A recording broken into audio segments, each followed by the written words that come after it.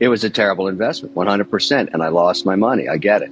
I'm a diversified investor. I make mistakes. This is one of them. But I learn from my mistakes. This won't be happening again. If I'm going to put serious capital to work in a broker-dealer, in an exchange, it's going to be one that's regulated, that has transparency, and has the same rules of test that every other exchange that deals in stocks and bonds has.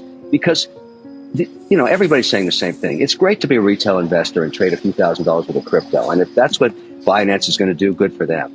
But every single institutional investor is going to look at this and say, okay, can't play with this structure anymore because there's not enough transparency. I'm going to wait for the SEC or whoever it is going to be, the Fed or whoever, to regulate this stuff. This is actually a turning point for this industry. It's a maturation for this industry. That's what's going to happen. I'm disappointed, like many other shareholders. I always try and find what is the outcome of something like this. I mean, yes, I'm a shareholder in the International. That's a zero. It's not the first time I've made a bad investment, probably not the last time, but luckily I make more good ones than bad ones, and I learn from my mistakes. What's going to happen now is there won't be another situation like this for institutional investors ever again. We're simply not going to put capital to work until this stuff gets regulated. And what is occurring, and I'm just one voice in it, what I'm going to be doing is I'm going to fly to Washington, and I want regulation. I want it now. No more delaying. I think this puts tremendous pressure on the SEC. I think a bill like the Stablecoin Transparency Act, which has been floating around forever, not going to signature, not going to markup, we got to stop doing this to ourselves. As an industry, it has to stop, but also it's time to move forward with regulation. This is the bottom of the crypto market.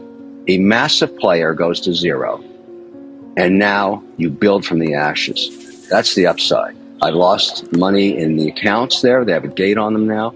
It doesn't stop me from buying more, and I'm going to do just that. I'm going to take advantage of the fact that most of these currencies and tokens and coins have absolutely been beaten into the ground as a result of this, and probably a buying opportunity. That's the way I look at it. I want to do one thing, and that one thing is to pass the Stablecoin Transparency Act.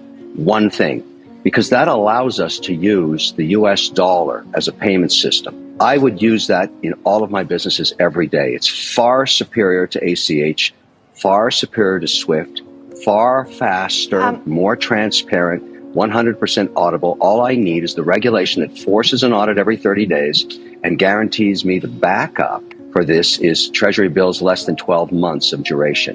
That's one thing. Very simple. That would signal to everybody around the world that regulators here in the United States are taking crypto on, starting to put rules in place, putting the guardrails on. No one is going to play ball anymore in this space on an institutional level with serious capital till we get it done. I think right now, if you're, licking your wounds, go to the large cap projects. I mean, the Ethereum, Bitcoin, obviously Polygon, Solana. Polygon's been slaughtered, and it's a good project. Great opportunity to add to it. I have very big positions in these names, and I've been nibbling as well. The one thing I would tell everybody is you can't pick the bottom. It's impossible. You have no idea when it's going to happen. But if you're staying long the category, you need diversification. I have so many different positions on right now, and they're all over the map. But if you believe in Bitcoin, it's a buying opportunity, but you can't guarantee that you're catching the bottom. Nobody catches the bottom. It never works that way. Great news about the crypto economy and even positions like Bitcoin or Ethereum, these are decentralized holdings. It's not just the American investor exposed here. Bitcoin is all around the world. If Bitcoin went down another 20%, it wouldn't really matter because it's spread around everywhere. And most of the holdings are not institutional. For all the excitement about Bitcoin, no institutions own it yet. And that's the decision you have to make at a time like this when you're an investor. I mean, this is an opportunity to say to myself or anybody, look, if I believe in 3 years, 36 months, that there'll be policy on Bitcoin, do I want to own it after policy comes and all the institutions start buying it? Or do I want to take a chance and live with some volatility now? And I don't want this to sound trite, but let me explain how bottoms are made in any market. I don't care if you're in equities or in debt or in crypto or in real estate. You always need a big player to go to zero.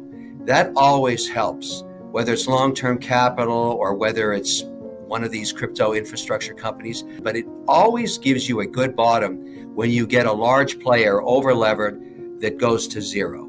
And that always tends to be the beginning of the rebuilding process. So if you have to sacrifice someone who used too much leverage, and it's always leverage that does this, somebody's over levered, positions are complicated, they're not transparent, they're not liquid, and they go to zero. Someone is out there on the brink of zero. That's okay. In fact, I'd argue that's a good thing when we get it. Now, do we get it this week? Do we get it next week? Someone's going to zero. I don't know who, but it'll be great for everybody else that survives because everybody will learn from that. And that's what I like about a washout, an event. And I think we're due for one in crypto land. And I don't know who it's going to be, but I guarantee you 100%, I've seen this movie before, you will learn later that somebody put on a heavily levered position, they got wiped out. And it's good. It's a good thing. I don't use leverage on crypto because I've seen volatility like this in the past. There are certain assets where I might put leverage on, but it won't be in crypto.